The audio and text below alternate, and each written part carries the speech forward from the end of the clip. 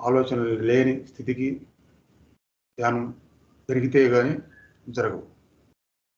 కొద్దిగా 1% ఆలోచన ఏది వచ్చినా సరే దానివల్ల అనుకున్నది ఏది జరగకపోవచ్చు. ఒక్కోసారి ఆ స్థాయి రాకుండా మళ్ళీ మిగతా అన్నీ కావాలి కావాలి కావాలనుకుంటే అది ఏది జరగదు. ముందు ధ్యానంగా మాత్రమే చేయాలి. చాలా కాలం ఆలోచన తెచ్చుకున్న తర్వాత అప్పుడు మనం ఒక భావం పెట్టుకుంటే ఆ భావానికి తగ్గ విధంగా జరగడం స్టార్ట్ అయింది. గురువు లేకుండా జపాలు కానీ శ్వాస మీద దాసుతో కానీ చేసే వాళ్ళకి అనేక రకాల ఇబ్బందులు కూడా వస్తున్నాయి.